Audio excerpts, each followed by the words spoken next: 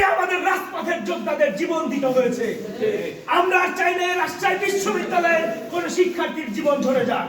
এই জন্য আজ রাজশাহী বিশ্ববিদ্যালয়ের কোন আওয়ামী লীগের কোন দোসর শিক্ষক, কর্মকর্তা, কর্মচারী এবং দিনদের আজকের মধ্যে পদত্যাগ করতে হবে।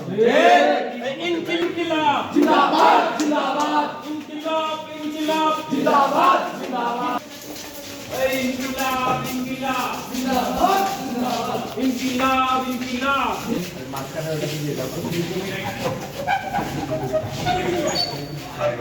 ও ইনকিলাব, ইনকিলাব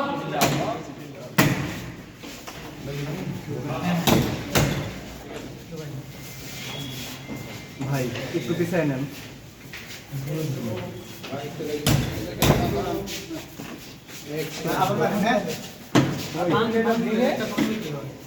আরে আমি বলি তো ওই তালা থেকে নিয়ে এইটু করে তোলো ভাই তো।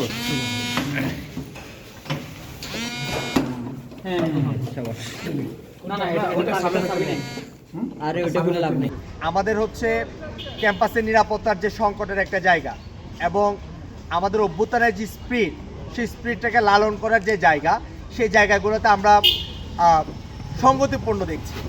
একই সাথে আমরা বলতে চাই যে সাম্প্রতিক আমরা দেখছি যে আমাদের অভ্যুত্থানের একটা অন্যতম শক্তি হাদি ভাই কীভাবে ঢাকার মতো একটা জায়গায় দিন দুপুরে হচ্ছে গুলিবিদ্ধ হয়েছে এবং এই ধরনের কাজগুলো আমরা স্পষ্টত দেখতে পাচ্ছি যে আওয়ামী লীগের, ছাত্রলীগের কর্মী বাহিনী দ্বারা করা হয়েছে এবং একইভাবে তারা তাদেরকে ভারতের মধ্যে স্থান দিচ্ছে যেভাবে আওয়ামী লীগকে দিচ্ছে।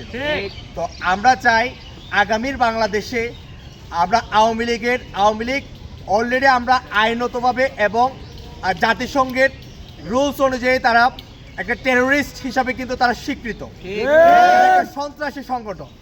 একটা রাজনৈতিক দল হিসাবে যে ন্যূনতম যে যোগ্যতা থাকা দরকার তারা সকল ধরনের যোগ্যতা হারিয়েছে। তাদের এই বাংলার জমিনে রাজনীতি করার নৈতিকভাবে কোনো অধিকার তাদের নাই। সুতরাং 1 বছর হয়ে যাওয়ার পরেও আমরা দেখতেছি যে আওয়ামী ফ্যাসিস্টদেরকে এখনো রাষ্ট্রের বিভিন্ন গুরুত্বপূর্ণ জায়গায় রাখা হয়েছে। একইভাবে আমাদের বিশ্ববিদ্যালয়ের এখনো যেহেতু সিনেট কার্যকর করা হয় নাই, সিন্ডিকেট দ্বারা পরিচালিত হচ্ছে আমাদের বিশ্ববিদ্যালয়। সেই সিন্ডিকেটের একটা গুরুত্বপূর্ণ অংশ হচ্ছে আমাদের এই ডিন।